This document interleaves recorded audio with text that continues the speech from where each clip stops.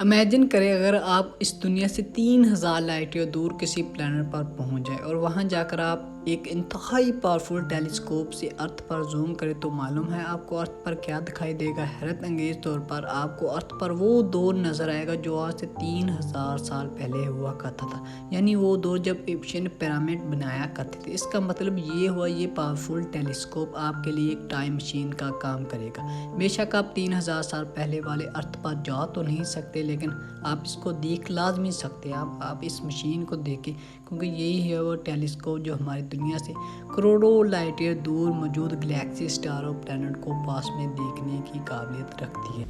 और ये 30 सालों की मुसलसल मेहनत के बाद आखिरकार बना लिया गया है। वर्ल्ड टीवी के मुअज़्ज़ज़ दोस्तों, मैं हूं मोहम्मद ज़ुबैर। तमाम देखने और सुनने वालों को अस्सलाम वालेकुम। ये टेलीस्कोप नासा के साइंसदान मुसलसल पिछले 30 सालों से बना रहे हैं, जिसको जेम्स वेब स्पेस टेलीस्कोप कहते हैं। $10 बिलियन या फिर 75,000 करोड़ रुपया खर्च करके बनाया जाने वाला ये टेलीस्कोप हज़ारों इंजीनियरों की खून पसीने की मेहनत का नतीजा है। ये दुनिया का सबसे पावरफुल टेलीस्कोप है जो यूनिवर्स में करोड़ों अरबों साल पहले होने वाले वक्त को दिखा सकेगा। इस वजह से कई लोग इसको टाइम मशीन का नाम भी देते हैं। नासा के पास अब ऐसी चीज़ आ गई जिसके ज़रिए अर्थ और उसके यूनिवर्स के पोशीदा रास्तों से अनकरीब पर्दा उठने जा रहा है। लेकिन सवाल यह है कि करोड़ों अरबों साल पास्ट में जो कुछ भी हुआ, ये टेलीस्कोप कैसे देखेगा, ये टेलीस्कोप काम कैसे करके हम इसके ज़रिए क्या क्या देख सकेंगे। इन सवालों के जवाब जानने के लिए पहले हम ये जानना ज़रूरी है कि चीज़ें नज़र कैसे आती हैं जब हम किसी अंधेरे कमरे में दाखिल।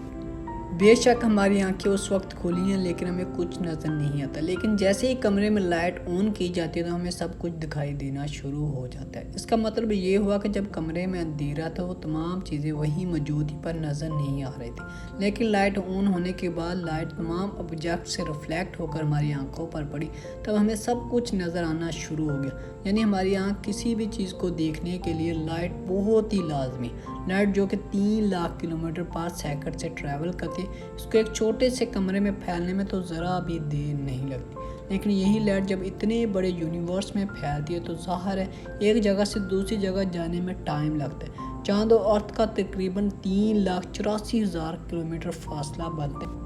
सूरज की रोशनी चांद से टकराकर जब अर्थ पर पड़ती है तो हमें चांद नज़र आता है। ये रोशनी अर्थ तक पहुंचने में 1.25 सेकंड लगता है। इसका मतलब ये हुआ जो चांद हम देखते हैं वो असल में चांद का 1.25 पुराना वर्जन होता है। ये तो रहा चांद जो अर्थ से काफ़ी करीब है। दूर जो चमकता तारा आप देख रहे हैं ये है सैटर्न, जो कि हमारे ही सोलर सिस्टम का एक प्लैनेट है। अर्थ से लेकर सैटर्न का फासला 60 करोड़ किलोमीटर है।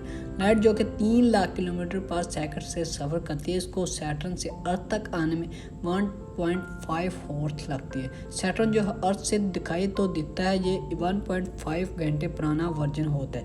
अगर इस वक्त ये टूटकर 2 टुकड़े भी हो जाए हमें 1.5 हॉर्स बाद पता चलेगा। स्पेस में लाइट 1 घंटे तक ट्रैवल करने के बाद जितना भी फासला तय करती है उसको 1 लाइट हॉर्स कहा जाता है। अगर यही लाइट स्पेस में 1 साल तक ट्रैवल करने के बाद जितना भी फासला तय करती है उसको 1 लाइट ईयर कहा जाता है।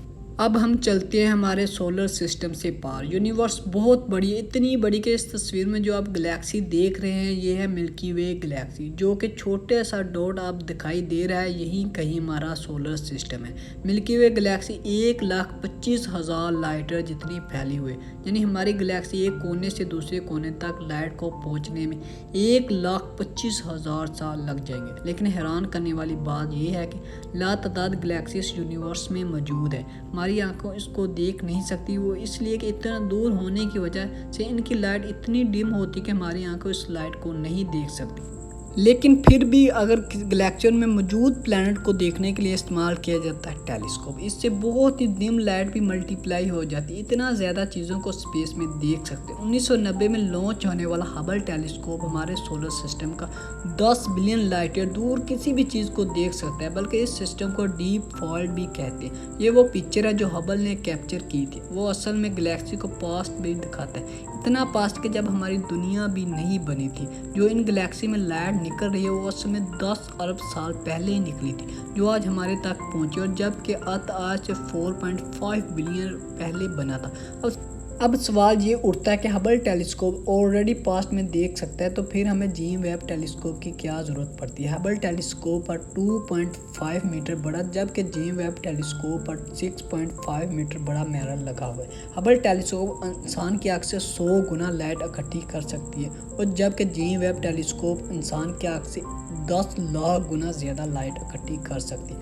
इंजीनियर का कहना है कि जेम्स वेब टेलीस्कोप इतनी पावरफुल है, अगर इसको चांद पर रख दिया जाए तो वो ज़मीन पर किसी भी छोटी चीज़ पर जूम किया जाए तो कैंडल की लाइट को भी देख सकते हैं। साइंस के मुताबिक गैलेक्सी और स्टार हमसे दूर जा रहे हैं, इनकी लाइट हमारे तक पहुंचते पहुंचते अल्ट्रावायलेट लाइट में कन्वर्ट हो जाती है और James Webb telescope 15 lakh kilometre दूर एक पॉइंट पर प्रवास कर रहा है जिसको L2 भी कहा जाता है।